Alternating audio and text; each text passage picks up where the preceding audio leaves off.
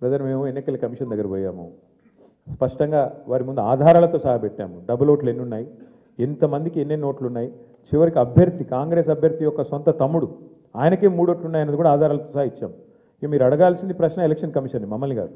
ఎందుకంటే వాళ్ళు చేయాల్సిన పని వాళ్ళు చేయకపోతే మీరు మమ్మల్ని అడిగితే మేము ప్రధాన ప్రతిపక్షంగా పోటీ చేశాం, వ్యవస్థలో ఉన్న లోపాలు ఎత్తి చూపాం, జరుగుతున్న అన్యాయాల అరాచకాలు మా అభ్యర్థి, చివరికి దొంగ ఓట్లు వేస్తున్నారని మా అభ్యర్థి పోలింగ్ రోజు కూడా పోరాడు. మీరు చూశారు మీ కళ్ళ ముందు మొత్తం కాంగ్రెస్ వాళ్ళు గుంపులుగా వేల మంది ఒక దగ్గర చేరి దొంగ ఓట్లు వేస్తుంటే మా అభ్యర్థి పట్టించారు. మరి పోలీసు వాళ్ళు ఏం చేస్తున్నారు, ఎలక్షన్ కమిషన్ ఏం చేస్తున్నది, ఇవన్నీగా అందుకే అంటున్నాను చర్చ జరగాల్సిందే.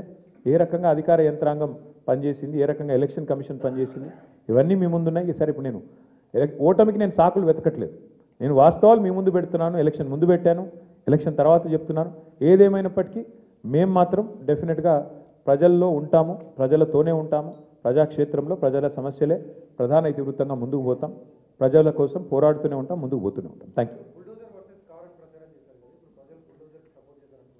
మరి ఇప్పుడు అల్టిమేట్గా ఎలక్షన్ ఫలితం వచ్చిన తర్వాత ఏం జరగబోతుంది, రేపు ఏమేం జరగబోతుంది, ఇంకా 3 ఏళ్ళు ప్రభుత్వం ఉంటుంది అంటున్నారు.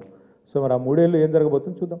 ఎందుకంటే అల్టిమేట్గా ఈ ప్రభుత్వం తన వైఖరి ఏమైనా మార్చుకుంటుందా, మార్చుకోదా, మళ్ళీ శని ఆదివారాలు పేదల కొంపలు కూలగొట్టే పని చేస్తూనే ఉంటుందా చూస్తాం. మేము చూస్తాం, మీరు చూస్తారు. ప్రధాన ప్రతిపక్షంగా మా పాత్ర మాత్రం మేము బలంగా పోషిస్తాం. ప్రజల్లో మాత్రం ఎక్కడా తగ్గకుండా ప్రజల తరపున మాట్లాడుతూనే ఉంటాం. ఈ విషయంలో మమ్మల్ని ఏ రకమైన వారు ప్రయత్నాలు చేసినా మా గొంతు మాత్రం నొక్కలేరు, ఇది మాత్రం పక్కా.